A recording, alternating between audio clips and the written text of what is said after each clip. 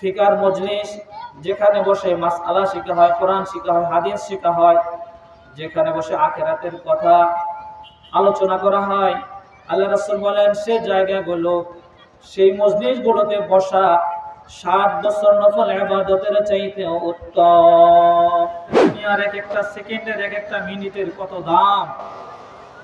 কারণ দুনিয়ার এই হায়াতগুলো কাজে লাগিয়ে মানুষ জান্নাতি হয়ে যাবে, আবার কেউ কেউ দুনিয়ার হায়াতগুলো কাজে লাগাতে না পারার কারণে জাহান্নামী হয়ে যাবে। আল্লাহ রাসূল সাল্লাল্লাহু আলাইহি ওয়াসাল্লাম বলেন, দুনিয়ার হায়াতটা, দুনিয়ার জীবনটা, দুনিয়ার এই সময়গুলো কারোর জন্য অপেক্ষা করে না। এই সময়গুলো কাজে লাগিয়ে কেউ কেউ জান্নাতি হয়ে যাবে, আর কোন মানুষ সময়গুলোকে অপচয়ে কাটানোর কারণে জাহান্নামী হয়ে যাবে। নাউযুবিল্লাহ। এই জন্য নারী পুরুষ ছোট বড় সকলের উচিত মাহফিলের প্যান্ডেলে এসে বসে যাওয়া। দোকানে বসে, বাড়িতে বসে, বাসায় বসে যদি আপনি কথা শুনেন অবশ্যই সওয়াব পাবেন, কিন্তু মাহফিলের প্যান্ডেলে এসে বসে কথাগুলো শুনলে আপনার মধ্যে আমার মধ্যে পরিবর্তন অনেক বেশি হবে। দেখেন, একটা লাইট সেটা আলো দেয়, যদি কোনো ব্যক্তি লাইটের কাছাকাছি থাকে তাহলে তার মধ্যে কিন্তু লাইটের একটা গরম ভাব তার শরীরে লাগে। দূরে থাকলে হয়তো আলো পাবে, কিন্তু ওই আলোর ভাবটা, গরম ভাবটা তার শরীরে লাগবে না। এজন্য যদি আমরা মাহফিলের ময়দানে এসে যাই, এখানে এসে বসে কথাগুলো শুনি, তাহলে আমাদের মধ্যে পরিবর্তন হবে বেশি, এগুলো আমাদের দিলের মধ্যে প্রভাব কাটবে বেশি। এজন্য আমাদের সকলের উচিত, যাদের সময় আছে অবশ্যই মাহফিলের প্যান্ডেলের মধ্যে চলে আসা। আল্লাহ রাসূল সাল্লাল্লাহু আলাইহি সাল্লাম বলেছেন, মাজলিসু ফিকহিন খায়রুম মিন ইবাদাতি 60 সানা। ফিকার মজলিস, যেখানে বসে মাসআলা শেখা হয়, কোরআন শেখা হয়, হাদিস শেখা হয়, যেখানে বসে আখিরাতের কথা আলোচনা করা হয়, আল্লাহ রাসূল বলেন সে জায়গাগুলো, সেই মজলিসগুলোতে বসা 60 বছর নফল ইবাদতের চাইতে উত্তম। সুবহানাল্লাহ। সম্মানিত ভাইরা আমার, বোনেরা আমার, বাবাজিরা আমার, যুবক ভাইরা আমার, ভালো করে খেয়াল করে শুনুন। আপনি আমি মুসলমানের ঘরে জন্ম নিয়েছি, এই জন্য আমরা ইসলাম পেয়েছি। আপনি আমি যদি মুসলমানের ঘরে জন্ম না নিতাম, হয়তো আমাদের কপালে ইসলাম জুটতো না, মুসলমান হওয়ার সৌভাগ্য আমরা পেতাম না। ঠিক কিনা বলুন? আল্লাহ রাব্বুল আলামিন যে একজন মানুষকে ইসলাম দান করেছেন, এটা অনেক বড় ভাগ্যের বিষয়। আমাকে আপনাকে যে মুসলমানের ঘরে জন্ম দিয়েছেন, আমরা যে মুসলমান বাবা মায়ের ঘরে জন্ম নিয়েছি, এটা আমাদের জন্য অনেক বড় খুশনসিব। কারণ আমি আপনি যদি মুসলমানের ঘরে জন্ম না নিতাম, তাহলে হয়তো দেখা যেত যে আমি আমার আর আপনার কাছে ইসলাম ভালো লাগতো না, আল্লাহর কথা ভালো লাগতো না, নবীজির কথা ভালো লাগতো না, কোরআনের কথা ভালো লাগতো না, হাদিসের কথা ভালো লাগতো না, পরকালের সুখ শান্তি, জান্নাত জাহান্নামের কথাগুলো শুনতেও ভালো লাগতো না। এজন্য আমাদের যাদের মুসলিম বাবা মায়ের ঘরে জন্ম নেওয়ার সুযোগ হয়েছে, সৌভাগ্য হয়েছে, এটা আল্লাহ তাআলার পক্ষ থেকে অনেক বড় একটা নিয়ামত। ভাইরা আমার, এই নিয়ামতগুলোকে কাজে লাগানো। হাদিসে আসছে, তোমার মৃত্যু আসার আগে তুমি তোমার জীবনকে কাজে লাগাও।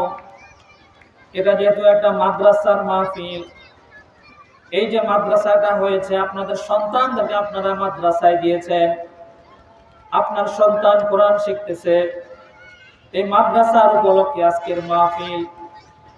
এই মাহফিলে যত কথাবার্তা হবে, যারা যতভাবে সহযোগিতা করেছেন, তারা কিন্তু নেক আমলগুলো, প্রত্যেকটা ভালো কথার নেক আমলের সওয়াবগুলো তাদের আমলনামায় যোগ হতে থাকবে।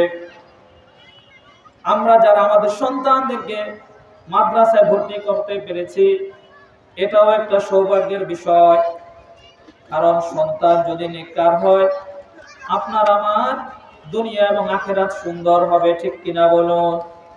সন্তান যদি খারাপ হয়, সন্তান যদি দুশ্চরিত্রবান হয়, সন্তান যদি অসৎ হয়, ঘরের মধ্যে অশান্তি, দুনিয়ার সব জায়গায় অশান্তি, পরকালে অশান্তি, ঠিক কিনা বলুন? সন্তানকে যদি নেক বানাইতে চান, সন্তানকে যদি আপনি ভালো বানাইতে চান, তাহলে আপনাকে অবশ্যই দ্বীনি শিক্ষায় সন্তানকে শিক্ষিত করে গড়ে তুলতে হবে। এই মাদ্রাসায় যখন সন্তান যায়, সন্তান তখন আল্লাহর কোরআন শিখে, হাদিস শিখে। সন্তান তখন শিখে বাবা মাকে দেখলে সালাম করতে হয়, মুরব্বীদেরকে দেখলে সালাম করতে হয়, বাবা মায়ের কথা মেনে চলতে হয়। বাবা মায়ের নাফরমানি করা যাবে না, মুরব্বীদের নাফরমানি করা যাবে না। সন্তান মাদ্রাসায় শিখে 5 ওয়াক্ত নামাজ ঠিক মতো পড়তে হয়। সন্তান শিখে মাদ্রাসায় যে মাহে রমজান আসলে রোজা রাখতে হয়। সন্তান মাদ্রাসায় ভদ্রতা শিখে। মনে রাখবেন, কোরআন এবং হাদিস এরকম পরশপাথর, যে কোরআন এবং হাদিসের সংস্পর্শে যে কেউ যায়, সে সুনাগরিক, ভালো মানুষে পরিণত হয়ে যায়। সুবহানাল্লাহ। কোরআন এবং হাদিসের সংস্পর্শে যেই আসে, যেই সময় দেয়, তার দিলের মধ্যে পরিবর্তন ঘটে যায়, সে আখিরাতমুখী হয়ে যায়। এই জন্য কিন্তু আল্লাহ তাআলা পবিত্র কোরআনে বলে দিয়েছেন, ইন্নামাল মুমিনুনা আল্লাযীনা ইযা যুকিরাল্লাহু ওয়াজিলাত কুলুবুহুম ওয়া ইযা তুলিয়াত আলাইহিম আয়াতুহু যাদাতুহুম ঈমানান ওয়া আলা রাব্বিহিম ইয়াতাওয়াক্কালুন। আল্লাহ তাআলা বলে দিয়েছেন, মুমিন যারা হবে, ইযা যুকিরাল্লাহ, যখন তারা আল্লাহর নাম স্মরণ করবে, ওয়াজিলাত কুলুব, তাদের অন্তর কেঁপে উঠবে। আল্লাহর নাম শুনলে তার মধ্যে নাফরমানি করার সাহস হবে না। এটার নাম হবে ঈমানদার, এটার নাম হবে মুসলমান। আর ওয়াইদা তুলিয়াত আলাইহিম আয়াতুহু যাদাতুহুম ঈমানা, আল্লাহর কোরআন যখন, এই কোরআন তারা শুনবে, যখন এই কোরআনের তেলাওয়াত যখন তারা শুনবে, তখন তাদের ঈমান বৃদ্ধি পেতে থাকবে। সুবহানাল্লাহ। মনে রাখবেন ভাইরা আমার, দুনিয়ার মধ্যে কোন ব্যক্তি যদি কোটিপতি হয়, শিল্পপতি হয়, লাখপতি হয়, অনেক টাকার মালিক হয়, কিন্তু তার যদি ইবাদত বندگی করার সুনসিব না হয়, তাহলে সে আসলে দুর্ভাগা।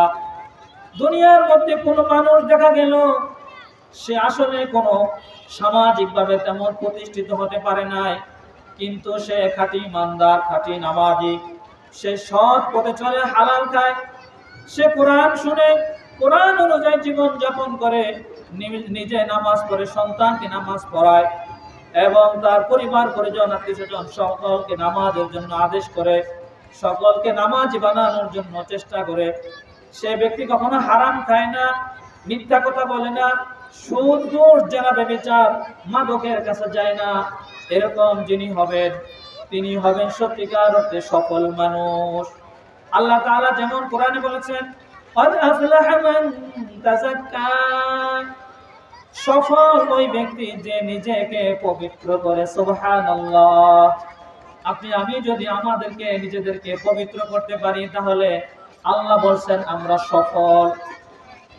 যে ব্যক্তি দুনিয়ার জীবনে বেশি বেশি করে মসজিদে যাবে, যে ব্যক্তি দুনিয়ার জীবনে বেশি করে কোরআনের কাছে থাকবে, মাদ্রাসার কাছে থাকবে, হক্কানি আলেমদের সাথে থাকবে, নেককার মানুষের সাথে থাকবে, নেক মানুষ, নামাজি মানুষকে বন্ধু বানাবে, সতের পথে চলবে, সেই ব্যক্তি কিন্তু আখিরাতে ভালো থাকতে পারবে, নাজাত পাইতে পারবে, ঠিক কিনা বলুন? আর যে ব্যক্তি দুনিয়ার জীবনে উল্টাপাল্টা চলবে, তার জন্য কিন্তু মৃত্যুর সময় কালিমা নসিব হবে না।